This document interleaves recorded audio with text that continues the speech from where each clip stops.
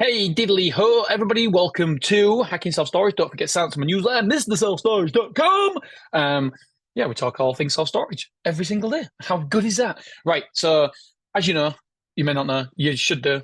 I'm releasing my course again, 4.0, for the fourth time on the 28th. So, a couple of days' time.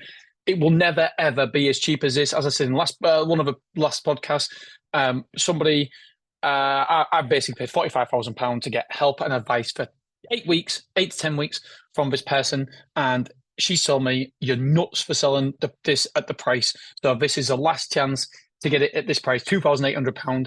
And the course shows you how to set up a self-storage, how to run a self-storage, how to sell, everything you need to know about self-storage. It shows you. So it's a wonderful course, even if I do say so myself. So today I get asked so many questions about how to find a self-storage. And there's two different ways to find a self-storage. Well, there's a third way, which is acquisition, which we'll go into in the course as well. But for this focus, we're not thinking about that. And in tomorrow's episode, so at the minute, so there's two ways. There's location first. So find the location first, then the site. So I have what's called a hit list. And so I have different towns what are on my hit list where I think I'm going to open there if and when a site comes available that's good. Or you find the site first, then the location. So site first and then location. So what we're going to do today, we're going to focus on location first and then the site. And then tomorrow, we're going to be talking about the site first and then the location. Right, this is literally my guilty pleasure. I bloody love it. I open my laptop and I search for towns. You can search for areas as well. There's definitely there's areas of cities that we like as well. But for the basis of this, let's focus on towns. I think it's easier to compete in towns. But mind you, Glasgow and Hull done well, so I don't know. But for the basis of this, we're going to focus on towns. So I fire up my laptop and I simply just go and have a look at a certain time. So for this example, we're going to use Irvine. Irvine in Scotland. There is a store more in Irvine, set up in 2022. Copied me, and so we've sent them a cease and desist letter because we're in Glasgow. It's not a million miles away, and they shouldn't have done it basically. But I'm not using that for an example. But Irvine was on my hit list for ages. As it happens, we're not opening the self-storage there anymore because the location we found, somebody else is open there. So there it is. And also, there's already a store more in Irvine. Right. So, which there won't be soon. Anyway, right. So what we do is we start, first of all, by having a look at the population. So we have a look at the population. So what is the current population? I can't remember. It's been ages since I've done this for Irvine. But let's say, for example, 50,000. It's not 50,000, but let's say it's 50,000. And then I gauge if the town or city is underserviced by searching for self-storages in that town. And so I know the population. This is the big one. The population versus the amount of self-storage in there. There's tools that we talk about how to find out how to find out what size a self-storage facility is. It's a Google tool. You just draw a line around the outside of it, and it tells you the square foot, and then you can work out from the square foot how much. The square foot of a building, you can work out how much. Oh, bit me then. We can work out how much of the area. We can work out how much of that area, that building, is self-storage, and then we can quickly identify if it's underserviced or overserviced. If you don't know what I mean by underserviced or overserviced, there's a report that comes out every single year by the Self Storage Association. Brilliant report, and it tells you the amount of square foot per capita in the UK. And so I think it's like 0.87 or something like that. So all we do, say, for example, so we look, so 50,000 population, it needs roughly 50,000 square foot of self-storage. Very simple way to do it, a mathematical way to do it.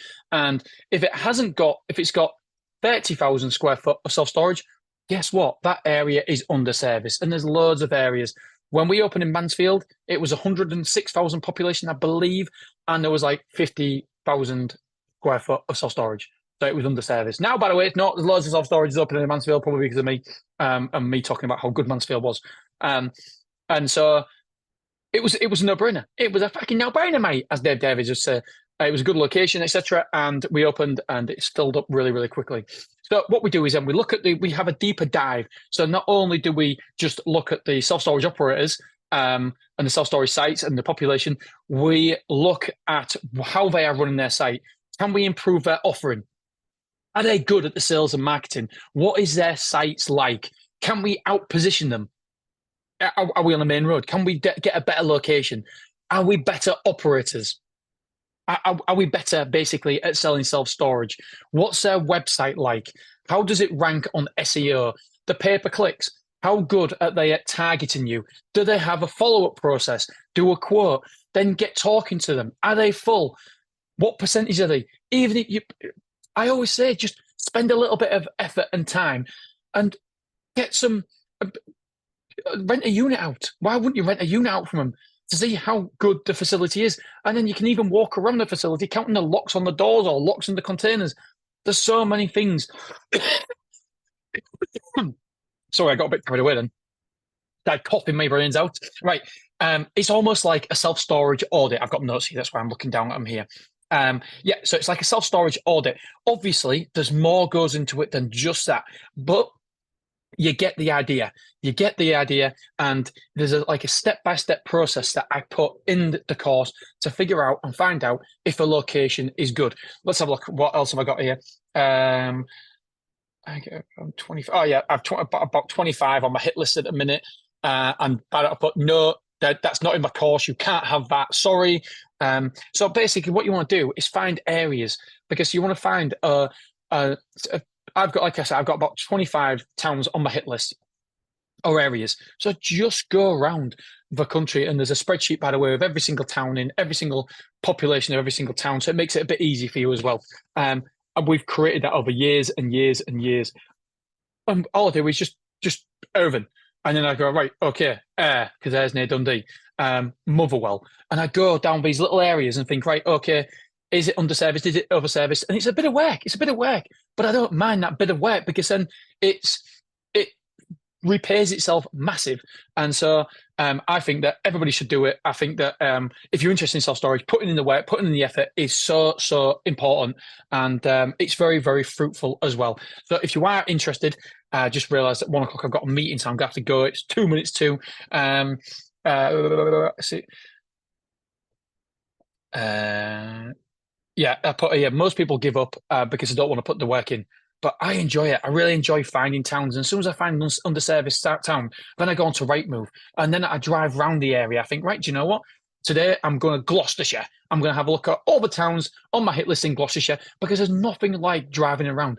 The Americans call it driving for dollars, because sometimes you might find something that's not on Rightmove for whatever reason, not on these sites. And so you can actually physically see a location better. There was Chorley, there was a place like that. Unfortunately, we lost out on it, but it was an amazing, amazing opportunity, that one. And I only found it because I drove around Chorley. I knew it was underserviced, couldn't find anything on Rightmove and other places like Rightmove. And so I just drove around and I found it. And I put an offer in. It got accepted, but then they wanted more because they realised and listened to my podcast how good self-storage is. I was like, damn it!